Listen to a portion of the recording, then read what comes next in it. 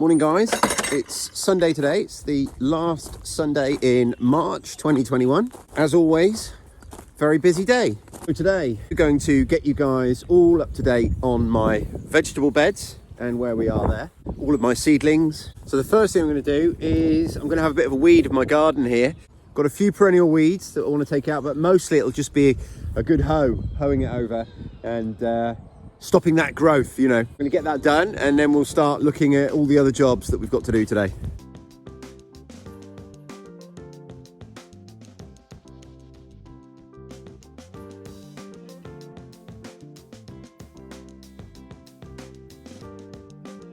So that's all the hoeing done.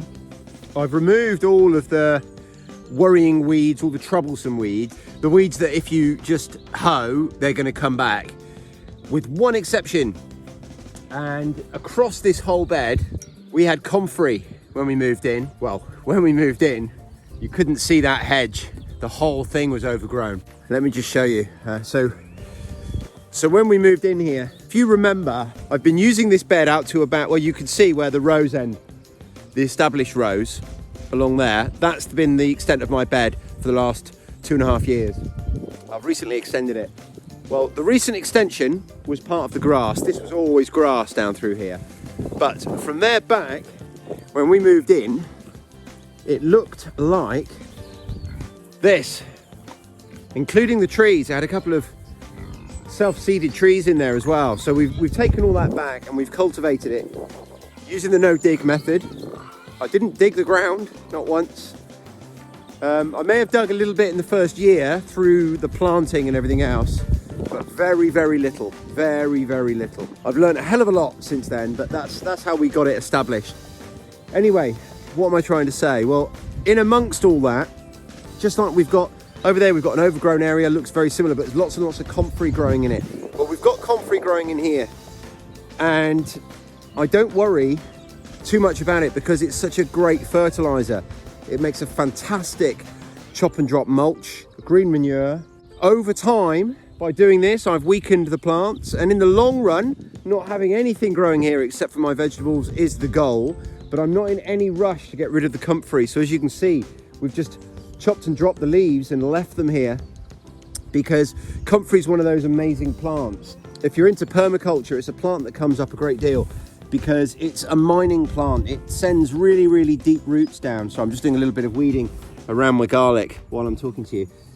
It sends really, really deep roots down and it mines for minerals that most of the plants you're going to grow won't have access to because they're so deep. And it brings those minerals up, uses it to grow itself, and obviously deposits those minerals within the structure of itself as it's growing, so that when you chop and drop it, those minerals can then gradually over time decompose into the ground and then be made available to the other plants you're growing. So that's why I'm not concerned at all about getting rid of the comfrey. Now, yes, eventually by weakening the plant regularly, year after year, season after season, we will get rid of the comfrey, but that's not a goal. It's just a byproduct, and it's one I'm happy about. You know, I'm fine with that. So that's where we are. The only other thing I've got to do prep wise here is remove the last of the kale, so I'll do that next.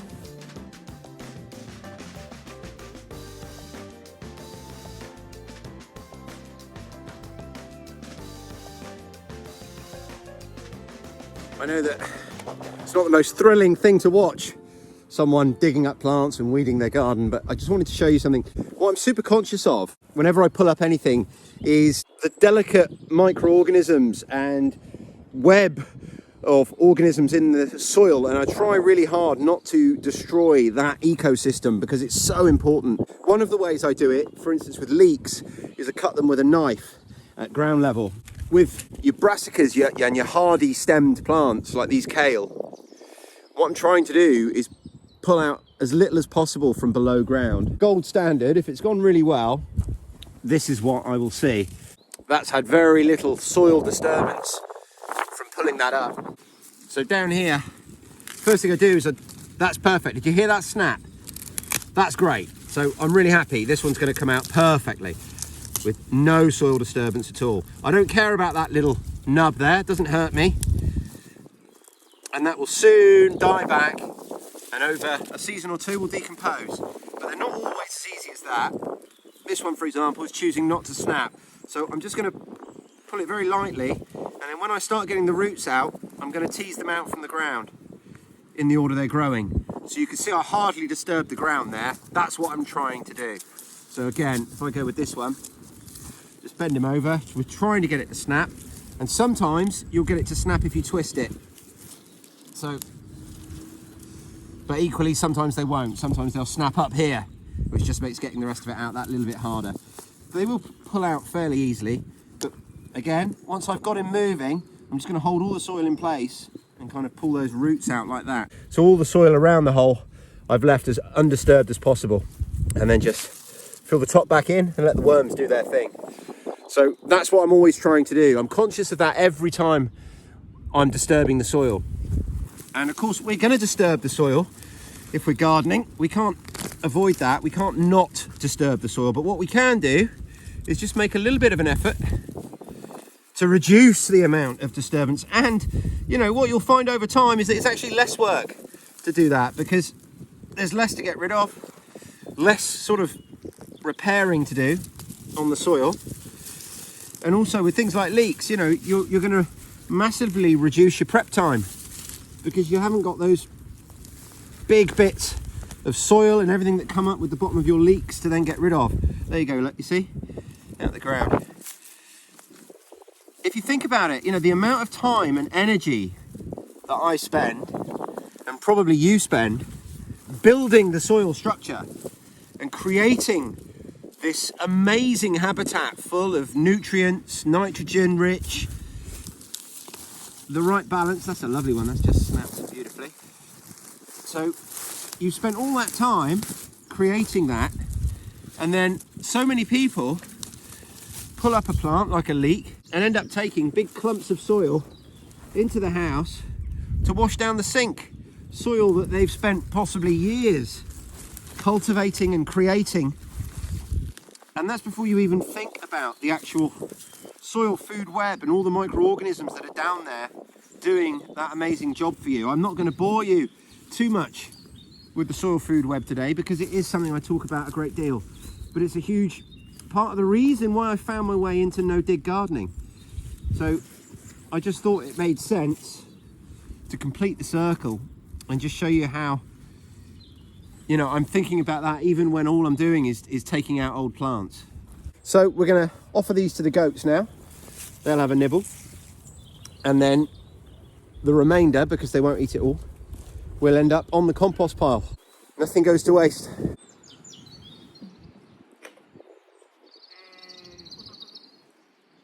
Sid's first to check it out.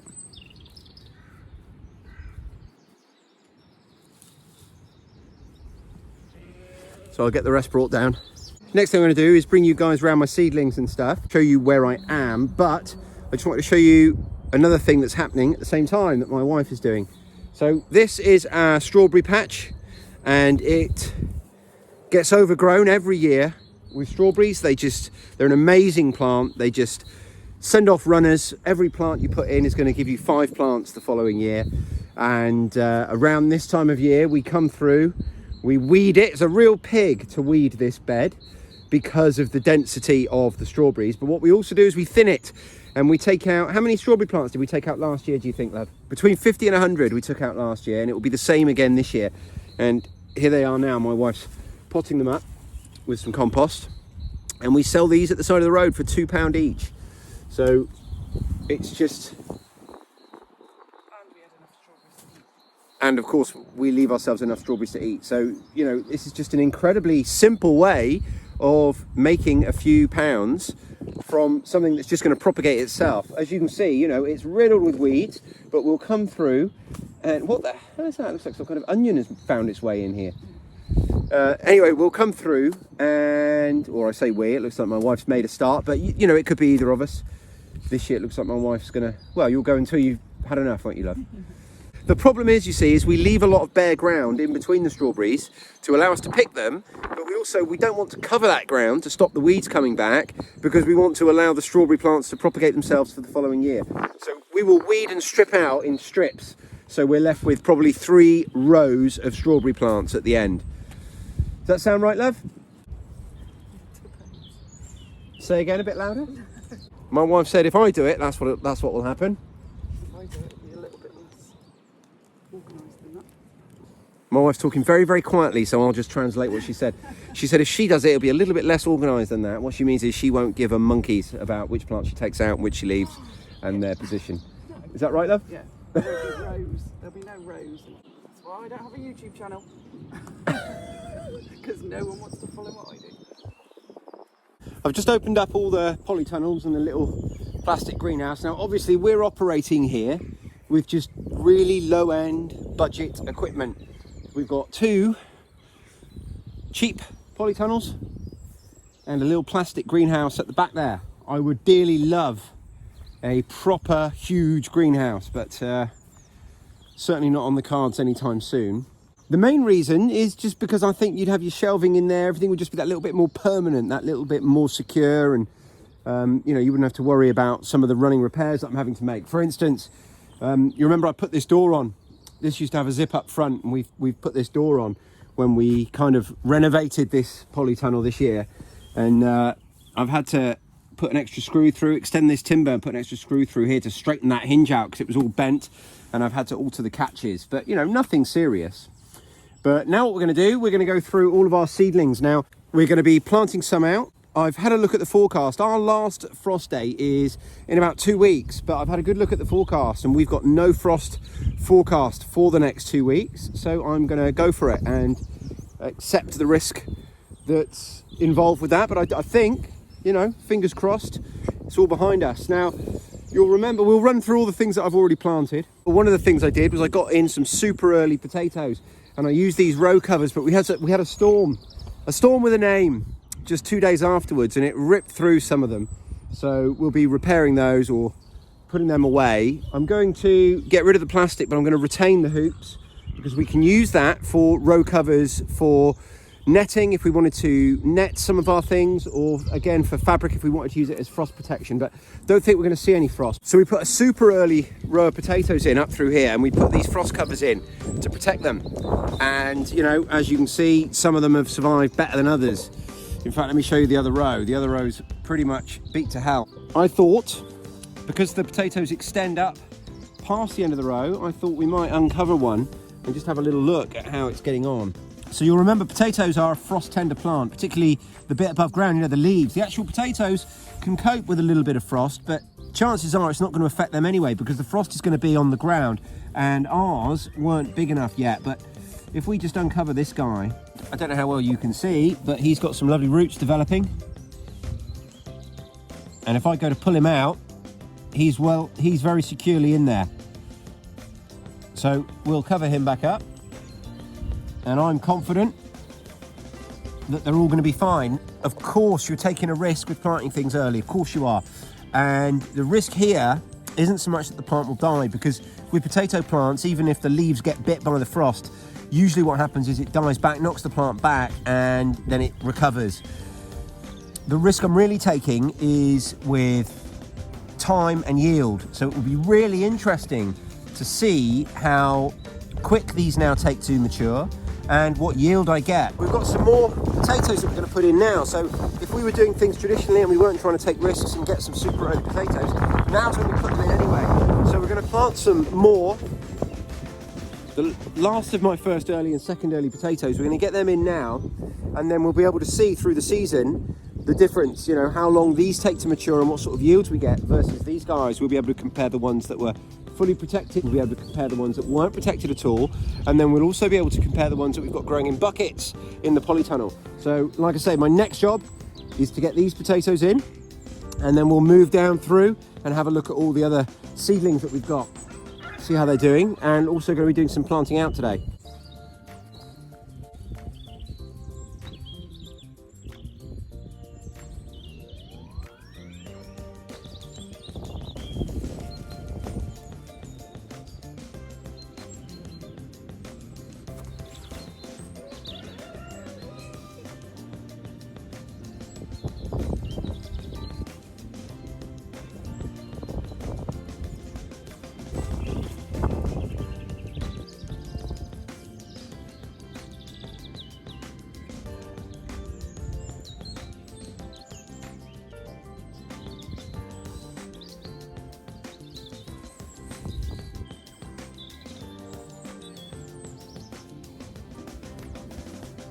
That's all of our early potatoes in. The early potatoes are basically taking up all of that bed there to the right of that path, and this bed at the front here. And that should see us right through till our main crop's ready. Our main crop potatoes, I don't know where they're going to go yet. We might end up doing quite a lot of them in containers. We'll see. We'll see how much space is left by the time we're ready to put them in, which is probably going to be in about 2 weeks' time. We could get them in now, but I just don't have any ready, and there's no rush. So what we will do is we'll succession plant those. But one thing with potatoes is potato blight, particularly where we live. We get it all the time, and it comes in later in the season. So that's just another reason why for me it's beneficial to actually plant them in containers, because when it looks like we're going to get potato blight, which is a wind-borne disease, it comes in on the air when it's damp. If we've got our potatoes in containers, it means I can put a cover on them, put them in one of the polytunnels or something for a few days until that blight has passed. So that's one of the advantages. So in here you'll see we've got our, and again it's a bit of an experiment, I've never done it before. We've got our first and second earlies, 3 of each, in buckets, and again we'll be able to compare yields. And again, if we have a look, there's lots and lots of rooting happening in here. I'm really happy with that. These need a water, which we'll do shortly. We've also got down here our moneymaker tomatoes. So these are going to live in here. I've just brought them over from the other little greenhouse. I will probably transplant them into the ground in a week or so. I just like them to get a little bit stronger before I transplant them, because they've got some really good compost where they are. And yeah, there's just no need to transplant them yet. So we'll leave them for a little bit. But what I do want to do now I've brought them across is try and seal up these windows a little bit, just to allow the, you know, the nighttime temperatures to get up a little bit. Having said that, you know, we're not due any frost. They're going to be undercover, so we're not overly concerned with them. Next up, we've got the last lot of seedlings that I planted, last lot of seeds rather that I sowed, and there's not a tremendous amount going on in here. A little bit of germination down here. We've got a few of our carrots coming through. Can you see there? Just a few. We've got lots of cauliflower, cabbage, more tomatoes.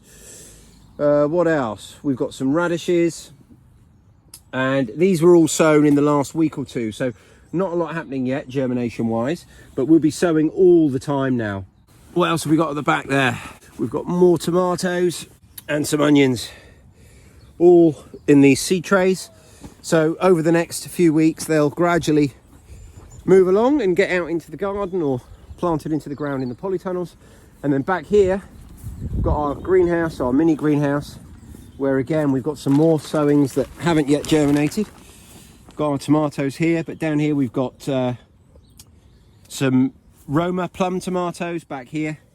We've got peas. These I don't know what variety of peas these are, because these are peas that we saved from last year and probably the year before that. We've got some calabrese broccoli here, and then we've also got, these are seedlings that I bought. So there's a guy up the road not far from me who does basically the same thing we do, only he always gets further ahead than we do with tomatoes. So I don't mind buying a few seedlings from the side of the road, not at all, and neither should you. You know, if you're struggling with germination, if you haven't got the time, don't be shy about buying seedlings. There's nothing wrong with it at all. I've also got back here some beetroot seedlings, which again I purchased, and I think these were about £1 for all those seedlings. Look, and it just, you know, they're so far ahead of mine, it made sense. I am not shy. I'm quite happy to buy seedlings if it makes sense. So on that topic, I also want to show you some other seedlings that I bought. And again, this is just to get us a little bit ahead. We've got in here, and this cost me about £10 for all these seedlings. We've got cabbage, we've got lettuce, we've got cauliflower, we've got broccoli, and to me all of these for a tenner, it just made sense, because these are all going to be available before mine will be. And like I say, you know, I'm not proud. I would love to be able to show you these and say, look, these I grew from seeds, and I grew them from seeds that I saved from last year. Of course I would. But that's not the truth. That's not what's happened. Even though I would love to be able to say that, the reason I'd love to be able to say that is because I'd love to be able to do that. And I'm trying, and I'm getting better every year. You know, remember, guys, it's great. I mean, the comments I get are fantastic. And some of you guys have said, you know, you're doing this for the first time this year based on me. And I can't tell you the sense of pride that gives me. I just feel amazing about that. But please remember, you know, I don't profess to be a very, very experienced expert. I'm learning, I'm showing you what I'm learning, and I'm not going to mislead anyone. But at the same time, you know, I'm going to cheat a little bit, you know, and I'm going to buy some seedlings if it makes sense. And you shouldn't be scared of doing that either. You know, all the advice I'm giving you or the things I'm sharing with you are the things I've learnt and the things I'm thinking based on my experience. But my experience is limited. So, you know, just don't forget that, you know, just keep everything I tell you in perspective, because I'm trying my best, absolutely, and I'm trying my best to give really good advice, but I'm not perfect, and like I say, I'm still learning a tremendous amount. And I've just remembered, actually, there's one lot of seedlings that for whatever reason I missed out. I wanted to show you. I'll go and grab them now because they're going to go straight out in the garden, and that is this year's Perpetual Spinach. There they are. And like most of them, these are ones I've grown from seed. And as I've spoke to you about before, I want to try introducing some of these really dense crops that can act as cover crops, like the Perpetual Spinach. You see last year's sowing there. I want to start introducing this as a border to the bed to stop the encroachment of grass. So I'm going to take these and I'm actually going to sow them along this border until I meet those spring onions and garlic that are sown back there.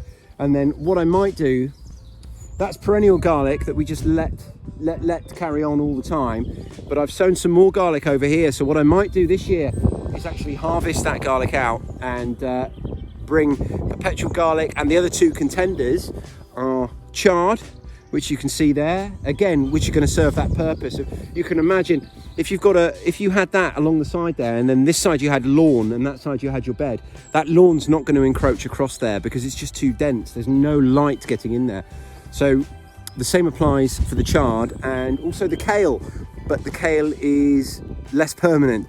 So I think I'm going to maybe, well, a mix of those three plants anyway, we'll bring all along this edge. So for now, I'm going to plant out these Perpetual Spinach to start forming that border. And one of the things we love about Perpetual Spinach, we love the young leaves in salad.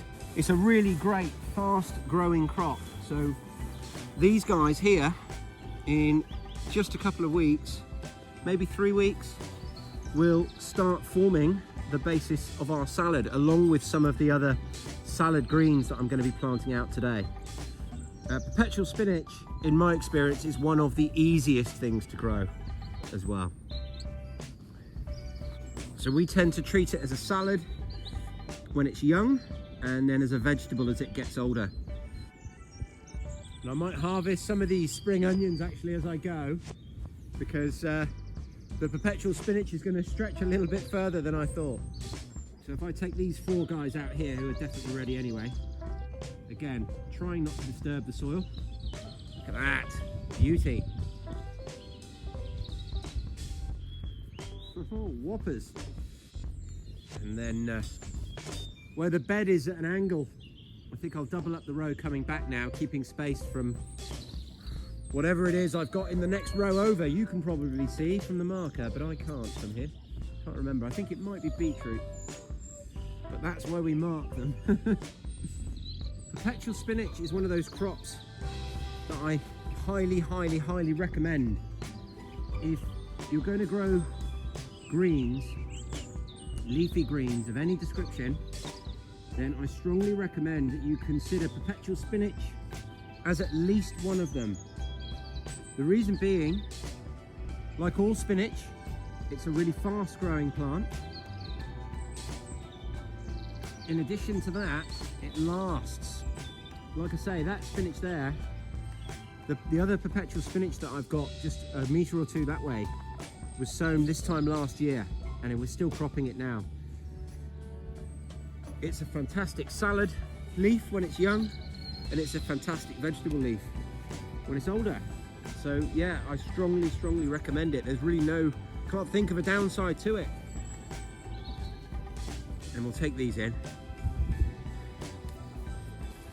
So far we've done our potatoes, we've got our tomatoes which are ready to go in a week or so. We've got our perpetual spinach down here. Now I've already direct sown 2 rows of beetroot through there and a row of radish through there. Beetroot is another crop that I really highly recommend. When I was growing up, beetroot meant those horrible, squishy, pickled, sliced things in jars. That's what beetroot was. And I spent the best part of my life just believing that beetroot was a not particularly enjoyable thing to eat. Then we grew our own. Holy moly. Everything changed. We love it in salad. So in salad, we might grate it, we might slice it thinly. My son would eat a whole one, raw like an apple. And you know, that's how we eat them in salad, obviously, is raw. And cooked, they're an absolute delight as well. I just tend to dice them and bake them. And they are just delicious. We have them with our, roast dinner vegetables. We'd have beetroot just roasted. And like I say, with salads, and night and day, a completely different thing to, if you've got it in your head that that's what beetroot is, those nasty pickled slices, then think again. And the reason I'm mentioning that is because I've got these beetroot seedlings that I've bought, because they're going to help us steal a march on these other guys that we've direct sown. Beetroot is another crop that's just fantastic. It's really easy to grow, grows really fast. We can put these in here and not risk, losing that whole bed for the season. These are going to be out in a few weeks or a couple of months, and then we'll be able to plant something else. It'll still be June and these will all be finished. So we're going to pop these in here now. Yeah, fill up a little bit more of our bed. Feels nice, doesn't it? And I'm not worried at all about these kale leaves. It's just more mulch. I'm not scared of that.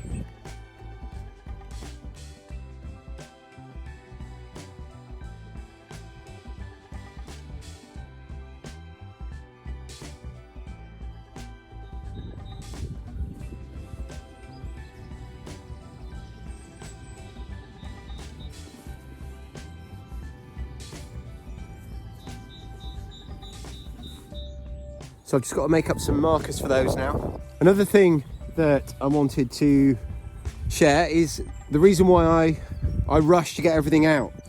So I try to get everything out in the garden as early as possible, for the simple reason that watering is something that is much better done by nature than by me. You might be different, but for me, my biggest loss of seedlings and of seeds not germinating is without a doubt my watering, particularly this year, because where we're so busy, where we've been dedicating so much time to the goats, it's been really difficult to just keep on top of watering, and watering's not easy for me anyway. Getting that balance right, because I probably lose more plants or more seedlings to overwatering than underwatering. I mean, I say it's not easy, it's fairly easy. It's just a case of being diligent, and I'd love to tell you that I was diligent enough that I never lost a seedling to over or underwatering, but that's just not the case. So by getting them in the ground, they're going to have access, particularly this time of year. We're not going to have, a deluge for days and days where the ground is sodden. But because of the method I use and because of all this mulch of compost on top, the ground underneath never dries out. It's always moist. It's just right for seedlings. And, a good example of this, last year, I don't think we watered, once they were in the ground, I don't think we watered once on this bed all year. I may be wrong, but if we did, it was once or twice. It's certainly not something we were doing regularly. Once I get them in the ground, the moisture levels are going to be right. I don't need to worry about them, and that to me is a huge benefit. So that's why I kind of rush to get everything in the ground, get them in the ground a little bit earlier than you might otherwise. So next up, I'm going to get my peas out. And as I said before, these are an unknown pea variety. They're saved from plants that we've grown for a couple of years, and they're going to go next to my broad beans. So I've got a volunteered potato down here from last year by the looks of it.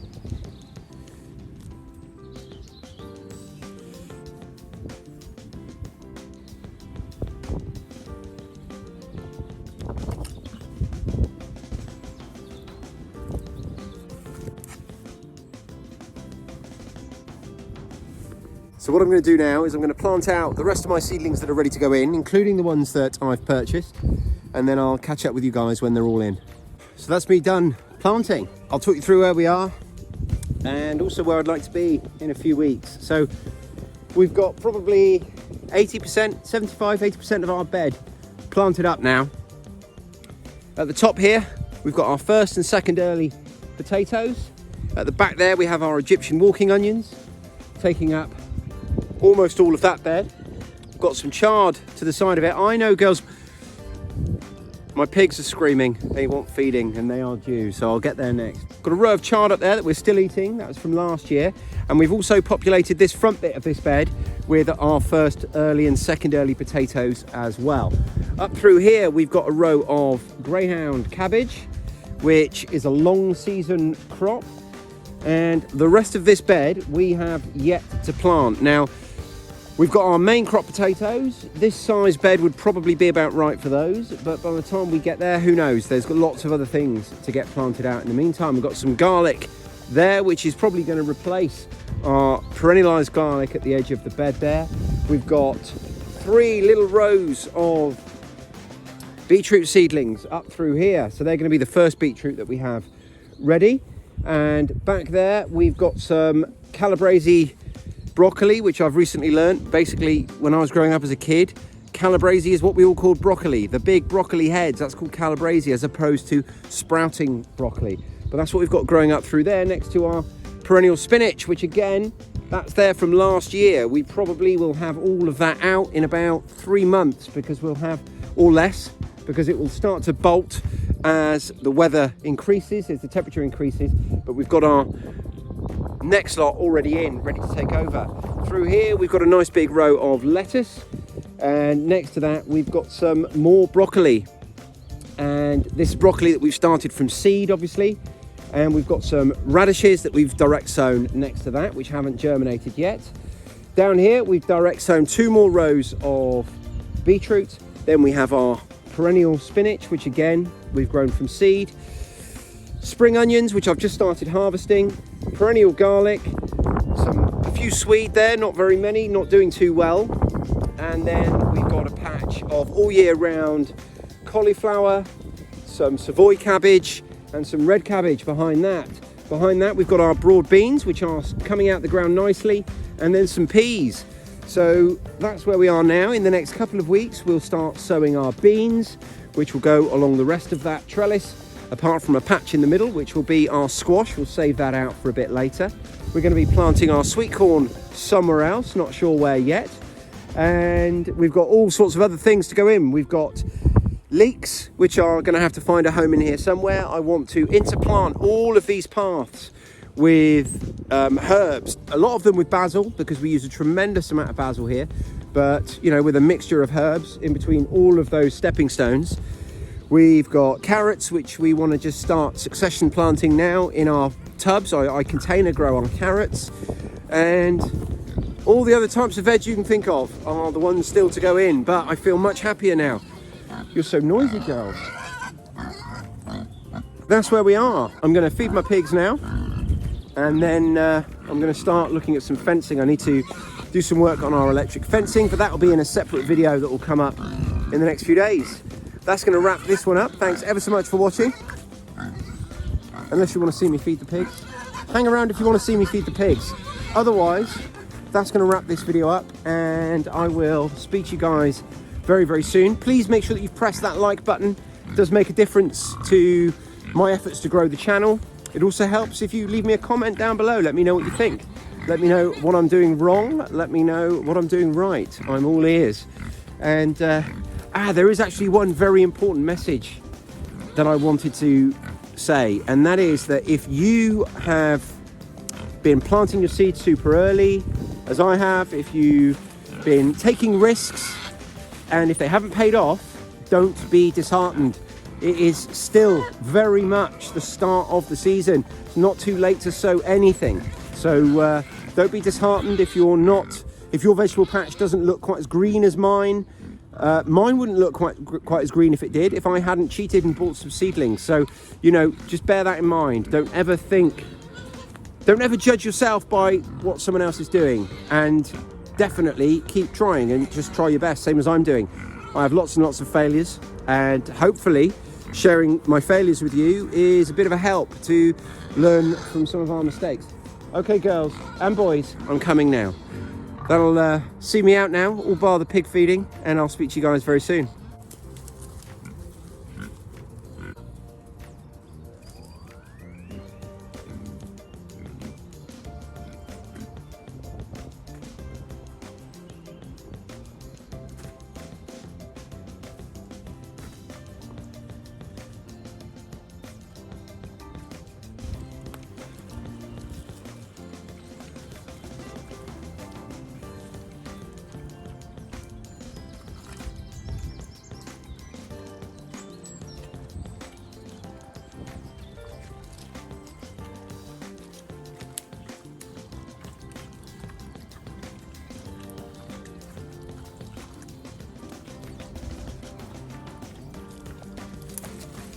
I can tell exactly how hungry they are by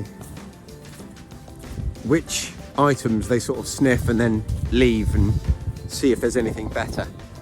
They're hungry, the whole lot just, they don't care what it is, get it in them. And ours are never that hungry anymore. Speak to you soon.